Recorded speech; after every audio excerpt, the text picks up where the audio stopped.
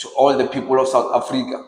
There's very interesting and very good news to everyone who has always wanted these Spaza shops of foreigners to be closed, inspected, checked if they're complying with the laws, they're complying with the bylaws, and not just the Spaza shops, even the people who are selling in the streets. There's going to be an initiative, and this initiative is supported by the EFF MEC of Public Safety in Gauteng.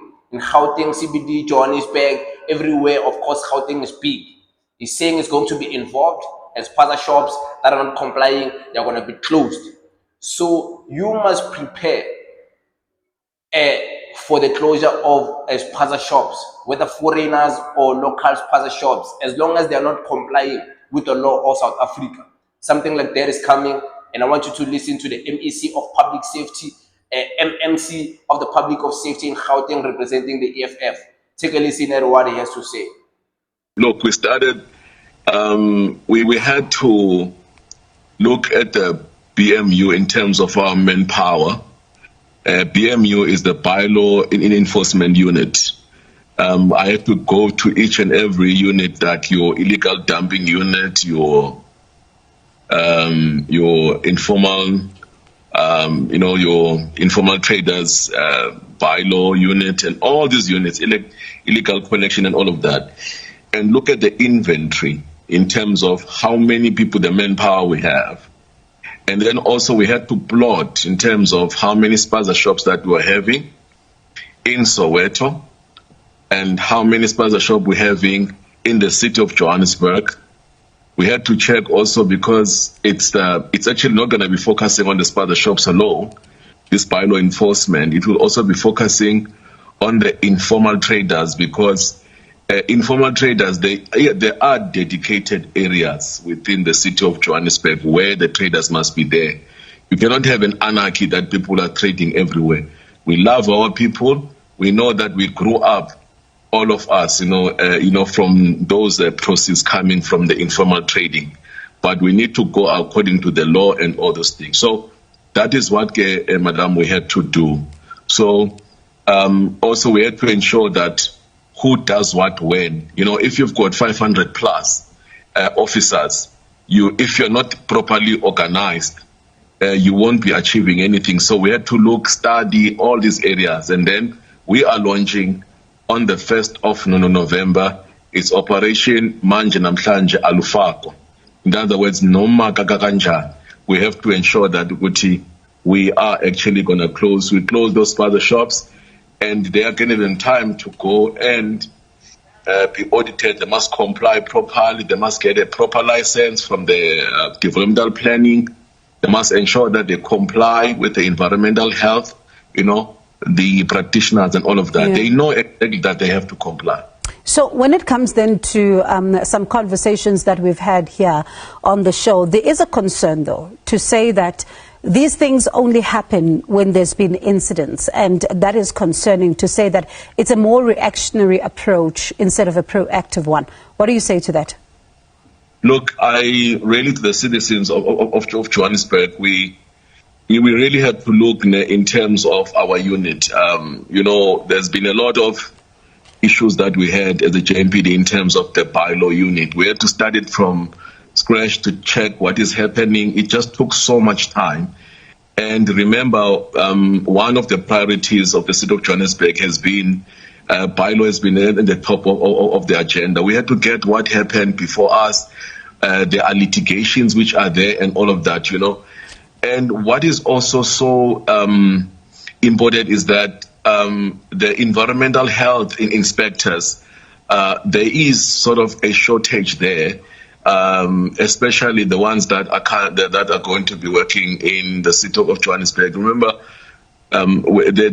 also that department has been calling for an increase in terms of manpower, in terms of the environmental health, the practitioners. And there was a call to saying that you've got the environmental health practitioners which are there.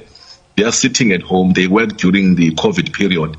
So CT, working with the province and all the other spheres of government, let us bring back those people. You know that the city of Johannesburg doesn't have enough budget and all of those things. So we are glad now in terms of there is a intergovernmental agreement between the city and the province, and there's a sense of working to do, together. But what we want to do is that we will do our part. Last year, we told this National Spaza Shop Association that they need to really comply in terms of the food quality and all those things, and disaster management, and also how are the local communities going to benefit. But it looks as if that they are very stubborn, they don't want to comply, and we have no other choice as to saying that we're going to enforce them fire by fire. Okay, so they comply. MMC, I have to ask though, are they simply being stubborn, or are they exploiting a loophole where they see that people are not on the ground to ensure that things are getting done? They don't care. I can tell you right now. But it means there's a loophole then. Yeah. Let's agree there's a loophole, because you are raising an issue. You are saying to us tonight that you do not have enough budget, because ideally, if you had a budget, you would have been able to address this adequately, right? Yeah, sure. I'm just saying that we need there's a shortage of the inspectors which are actually there, of which I think that the city, because remember myself, I'm in the public safety side, so that environmental health, it falls the public health side. But what I'm saying that is, so there's been a re-evaluation and checking in terms of how can this actually best be really done. So on our side, we've been studying the whole thing in terms of, if we want to close them, how can we do it best in the way that we have this manpower that we're actually having. Hence now we're going to be going in. Actually, we were going to go in because the priorities of the mayor and the president of the city was that the bylaw enforcement was the top of the agenda. Remember, it started from the pronouncement of the Sindiso building and the bad buildings and all of that. But we're on our way there. Look, it's better late than really never, but we were really trying, and we really want to apologize. I mean, on the public safety side, look, on our side, we really had to work very hard and look at the inventory.